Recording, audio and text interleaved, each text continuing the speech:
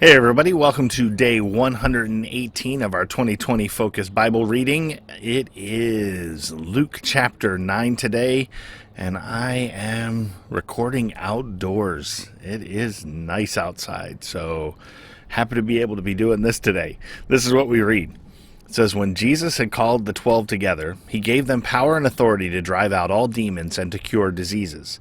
And he sent them out to proclaim the kingdom of God and to heal the sick. He told them, take nothing for the journey, no staff, no bag, no bread, no money, no extra shirt. Whatever house you enter, stay there until you leave that town.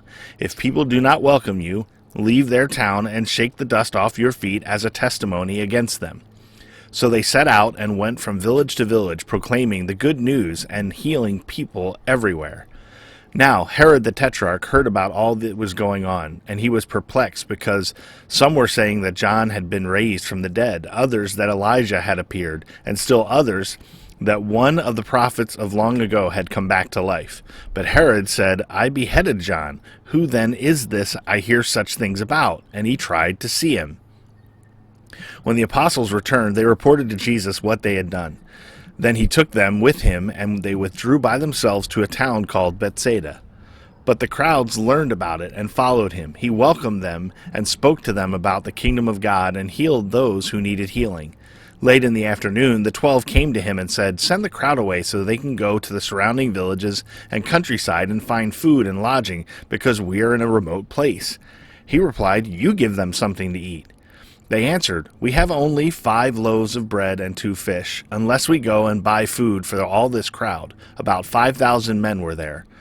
But he said to his disciples, have them sit down in groups of about 50 each. The disciples did so, and everyone sat down. Taking the 5 loaves and the 2 fish, and looking up to heaven, he gave thanks and broke them. Then he gave them to the disciples to distribute to the people. They all ate and were satisfied, and the disciples picked up 12 basketfuls of broken pieces that were left over. Once, when Jesus was praying in private and his disciples were with him, he asked them, who do the crowds say I am? They replied, some say John the Baptist, others say Elijah, and still others one of the prophets of long ago has come back to life. But what about you, he asked. Who do you say I am? Peter answered, God's Messiah.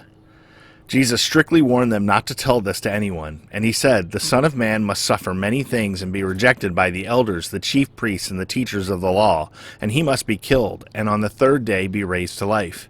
Then he said to them all, whoever wants to be my disciple must deny themselves and take up their cross daily and follow me.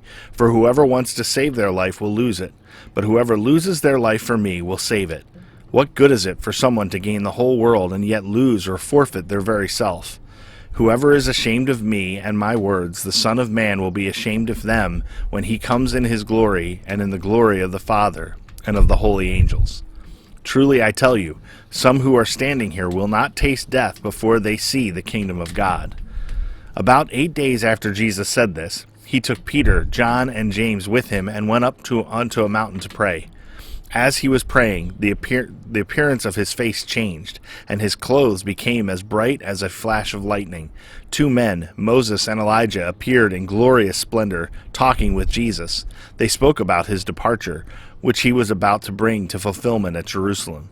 Peter and his companions were very sleepy, but when they became fully awake, they saw his glory and the 2 men standing with him.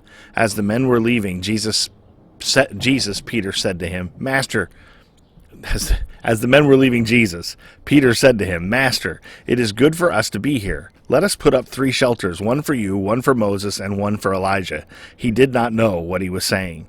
While he was still speaking, a cloud appeared and covered them, and they were afraid as they entered the cloud. A voice came from the cloud, saying, This is my son, whom I have chosen. Listen to him. When the voice had spoken, they found that Jesus was alone. The disciples kept this to themselves and did not tell anyone at that time what they'd seen. The next day, when they came down from the mountain, a large crowd met him.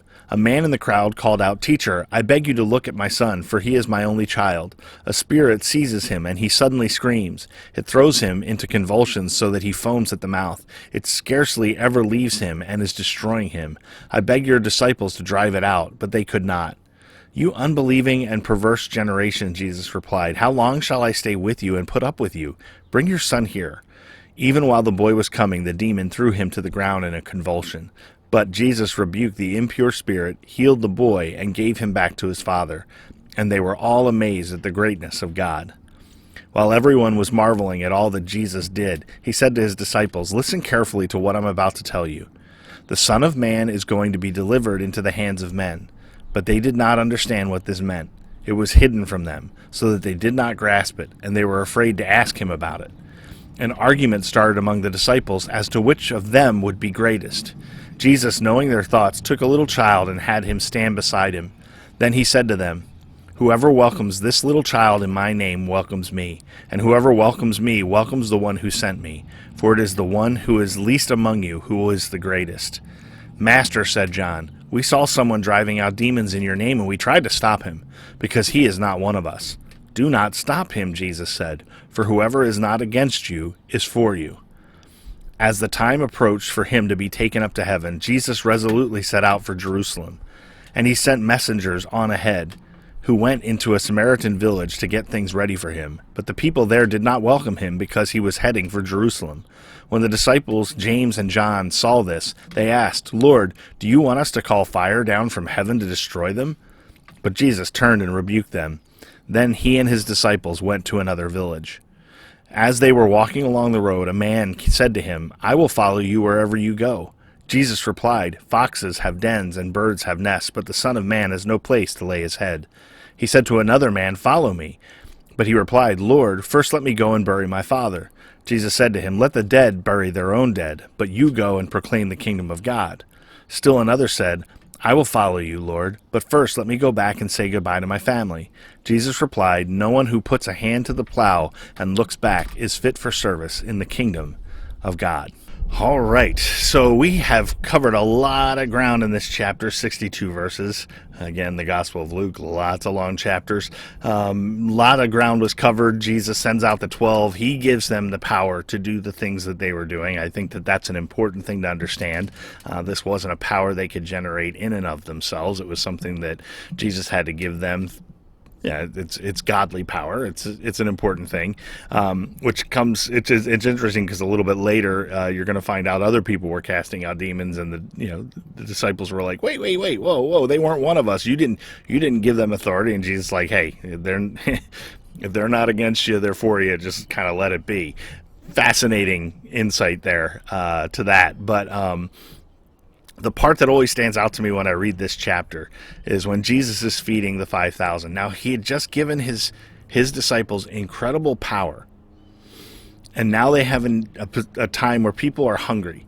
And it's so fascinating because the disciples are like, they didn't go to Jesus and say, "Jesus, hey, what can we do to feed these people?" They were much more practical. "Hey, Jesus, we should send them away so they can get something to eat." That was their solution to this problem. And so they're telling Jesus, send them away to go get what they need. And he says, you give them something to eat. And their answer is, and this is what's important in verse 13, the first three words of their answer: "We have only." In and of themselves, they were very limited in what they had, and to feed 5,000 men plus women and children, you're talking, all right, they said, "We have 5 loaves of bread and 2 fish, unless we go buy food for all this crowd." And part of that challenge is okay, even the concept of being able to go in one place and buy food, that's going to be a difficult thing. It doesn't say that they didn't have the resources to go and do that. Notice that they don't say we can't afford to do that. They just said, we'd have to go buy it because this is only what we have. And that only mindset, that scarcity mindset, that's one of our biggest problems as human beings, is we tend to think through our resource list, what we have, and we think that that's it. When we're dealing with Jesus, who can heal people, he can raise the dead, he can do whatever he wants to in this world, and they're not even thinking to ask him. And Jesus had given them power, and he says, you feed them. And they don't even jump to this as a possibility to even begin to ask God to meet that need. But Jesus says, all right, let me show you something.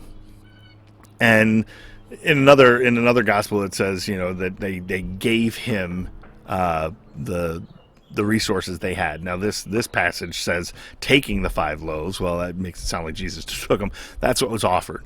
And Jesus prays, gave thanks, broke it, and then gave it to his disciples to distribute, and everybody ate. It's just the difference between when something's in our hands, it is of limited capacity. But when we place it into the hands of Jesus, it becomes unlimited in capacity. And that's the part of it that I think we need to get out of this today is in our lives, what we have, do we hand it to Jesus? Do we say, Jesus, this is yours to use the way you want to? And honestly, the resource that you think you have, it's exponential when it's in the hands of Jesus. It is limited in yours, but it's exponential in his hands. And so whatever that may be, whatever you may have, you may not think that it is a whole lot. But when you place it in the hands of Jesus and Jesus uses it the way he wants to, it can make a huge difference. Now, there's plenty of other things to cover in here. You have Jesus being transfigured, but before his disciples, you have a lot of other things that we could talk about.